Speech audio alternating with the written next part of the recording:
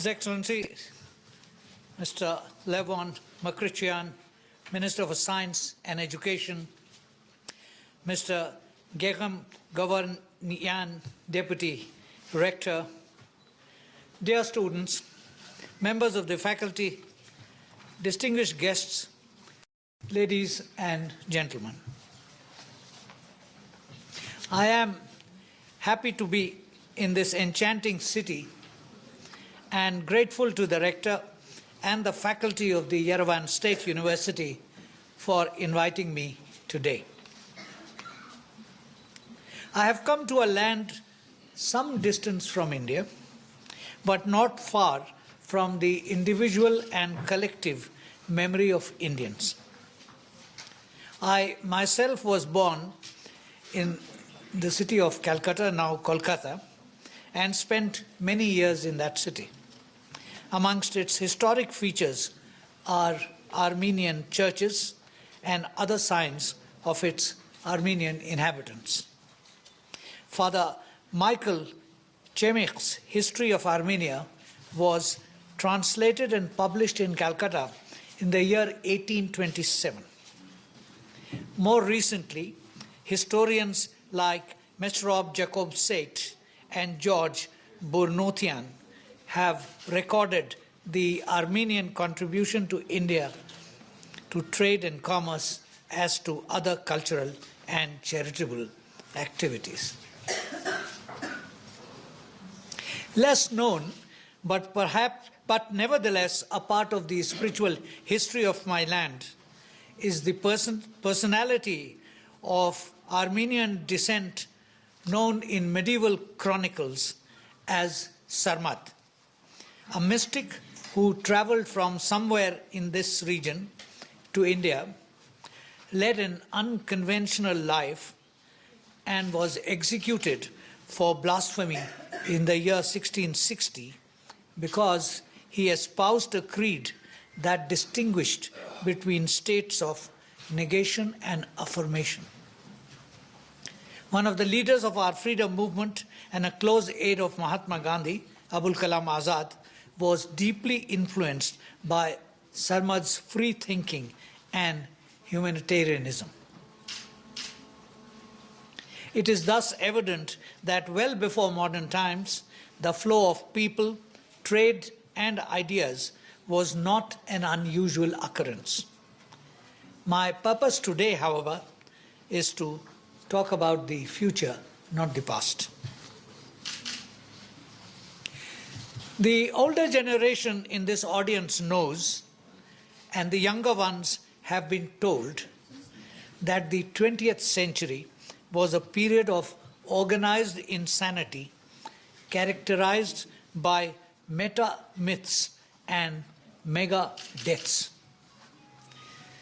This led an eminent historian to conclude that our world risks explosion and implosion. Hence, it must change. The expectation that changes in the last decade of the century would bring about a more harmonious world in which international cooperation in solving international problems would be addressed by peaceful means in conformity with the principles of justice and international law, it did not materialize. On the contrary, older patterns of thought and practice persisted, and aided by newer technologies, resulted in explosions as well as implosions in different parts of the world. The promise of globalization also showed its limitations. The financial crisis of the year 2008 demonstrated, in the words of one analyst, a systemic vulnerability to unregulated greed. Both, in the final analysis, exhibited failures of governance at national and global levels. Nor was the crisis limited to matters strategic and financial. Climatic catastrophes and pandemics demonstrated the vulnerability of human existence to forces beyond its control despite the immensity of scientific advances. The conclusion is unavoidable that individuals, societies, and global community as a collective need to rethink the parameters of their future. In this endeavor, the first step necessarily is to identify the likely challenges. The next is to assess the impact that scientific and technological advancement would have in resolving them. And the third would be to assess the impact on our lives and patterns of behavior. Our focus has to be on the possible and the probable. However, the possibility cannot be excluded of delving into the preferable and the undesirable. I hasten to add that there is nothing unique about such speculative ventures. All through recorded history, human minds have sought to visualize both utopias and doomsday scenarios. I am nevertheless emboldened to venture down this path today in the presence of a youthful audience eager to dream of a better world. Friends, a general categorization of challenges to our world today is premised on a normal desire to live well, live in peace, live without human or natural threats. The devil, as always, is in details. The right to live, universally conceded as a basic human right, implies the right to breathe, to food and water, to health. These together necessitate sustainable development and the need to address the totality of challenges of climate change. Alongside are the problems of population, disease, energy, and resources. Supplementary to these, but inseparable from them, are all the requirements that humankind, by virtue of being both social and political creatures, need for living in society, be it local, national, or global, and the growing realization that these challenges transcend national boundaries and can only be addressed through global cooperation in which burden sharing is equitable. Consequently, the old doctrines and dogmas of national decision-making and state sovereignty stand abridged in good measure. These emerging imperatives have twofold implications: technological and socio-political. Today, more than ever before, there is a general realization that in all societies that solutions have to be sought through science and technology. The prospects are fascinating in some areas, disturbing in others. Some of the newer technologies that would impact on human progress relate to energy, cyber technology, robotics, artificial intelligence, quantum mechanics, gene editing, and space exploration. All of these have geopolitical implications in the future. Allow me to dilate on the implications of some of these. Human civilization, as it has developed, is energy-centric, and newer technologies would increase our demand for energy. The 20th century was the century of hydrocarbons. Towards the end of the century, it was realized that hydrocarbon resources were finite, and this had political implications in terms of global tussles.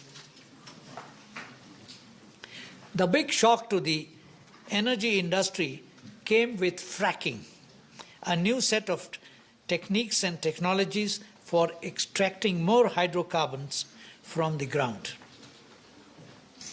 Though there are concerns about environmental damage, these increased the output of oil and gas, caused the usurpation of old-line coal-fired power plants, and dramatically reduced dependence of some countries on foreign oil. Scientists also came forth with other resources, principally nuclear. It has its benefits and challenges. The demand for nuclear energy, the demand for clear energy is growing. Solar and wind are now advancing on an exponential curve. Every 2 years, for example, solar installation rates are doubling, and photovoltaic modules costs are falling by about 20%. Even without the subsidies that governments are phasing out, present costs of solar installations will, by the year 2022, halve, reducing returns on investments to less than 4 years. By the year 2030, solar power will be able to provide 100% of today's energy needs. By the year 2035, it will seem almost free, just as cell phone calls are today. A tantalizing prospect emerged when men of science looked beyond the planet Earth. Many years ago, the Soviet astronomer Nikolai Kardashev propounded the theory of stages of civilization in terms of sources of energy and categorized the present based on fossil sources as sub-zero type, to be followed by type 1 that would harness power from an entire planet, type 2 from a star, and type 3 from a galaxy. As the futurist Ray Kurzweil says, when an exponential technology is at 1%, you are halfway to 100%. And that is where solar and wind energies are now. Another surge of growth would spell the imminent extinction of fossil fuel industry, and with it, geostrategic significance that hydrocarbon-rich states have enjoyed. This will have a cascading impact on regional security architectures in many parts of the world, as well as pan-global ramifications. Cyber technology has overwhelmed us, and its impact on every level of human organization is evident. It is not threatening in itself, but most societies are already beginning to cope with threats emanating from it. The very benefit of its use in social, financial, industrial, and military sectors have, as one strategic thinker has observed, revolutionized vulnerabilities. Robotics and digital manufacturing are no longer on distant horizon and have implications for countries and economies. The outsourced world manufacturing to Asia, which fueled the economic revival in Asia and created massive demands for energy and other material resources, will likely diminish as robotic factories and other disruptive manufacturing techniques like 3D printing become cheaper and widely available. Foxconn has already announced that it would replace most of its workforce with robots. A newer generation of robots, such as ABB's Yumi and Rethinking Robotics' Sawyer, are dexterous enough to thread a needle and cost as much as a car does.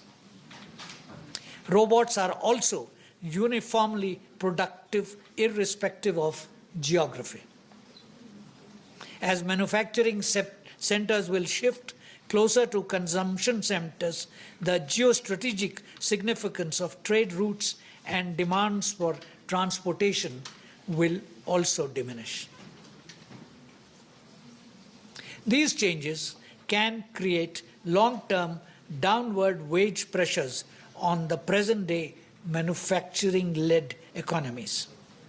It will also drive down commodity and energy prices and could result in destabilization of some economies. This can have a cascading effect as strong global deflationary forces will impact all economies. Some governments may attempt to impose reactionary protectionism. They may increase human wages, which in the end may just increase the rate at which cheaper machines permanently replace human workers. Technological developments will have a deep impact on the socio-economic structure of society. Greater automation can free a large number of people from the drudgery of repetitive tasks, providing more leisure. Introduction of measures like universal basic income and taxation of machines may demand a very different fiscal mechanism from that what we have today. On a positive note, greater leisure time can open the possibility of a larger number of people taking to creative pursuits, searching for new knowledge, and to the deepening of our understanding of the universe. On the other hand, more leisure can also lead to greater hedonism and pursuit of more selfish goals. To ensure that humanity treads the path of the positive, we may require a universal set of values and belief systems. The geopolitical implications of these changes are far-reaching. The US economy will reinvent itself just as it does every 30-40 years. It is, after all, the leading technological boom.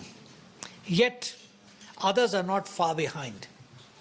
The Economist magazine indicated last month that in the field of quantum computing and quantum cryptography, the list of patent pending applications is headed by China, not the United States. Economic historians have also drawn attention to the fact that in the span of world history, the distinction between industrialized and developing countries or rich and poor countries is relatively recent. It is not a constant and has been changing in recent decades.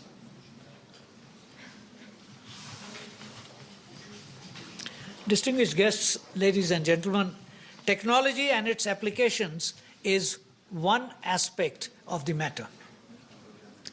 The human response to it is another. This galloping new world has already demonstrated that traditional frontiers of thought and action are no longer sacrosanct. At the same time, it is evident that the impact of new techniques and technologies would not be uniform in all societies, since they are at different levels of development and do not have equal capacities of absorption. How then do these societies and their state structures respond to them? It is evident that countries that have invested in educating their populations, build strong consumer societies, and have democratic institutions that can deal with social change will benefit, because their people will have had their basic needs met and can figure out how to take advantage of the advances in technology.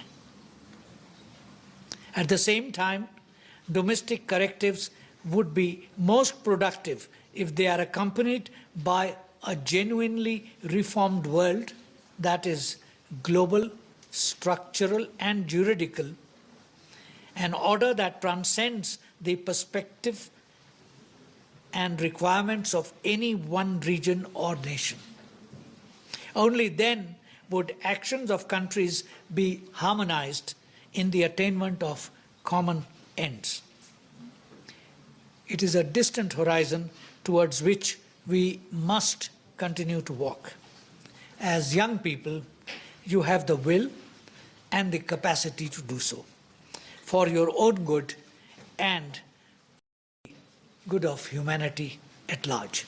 I thank you for inviting me.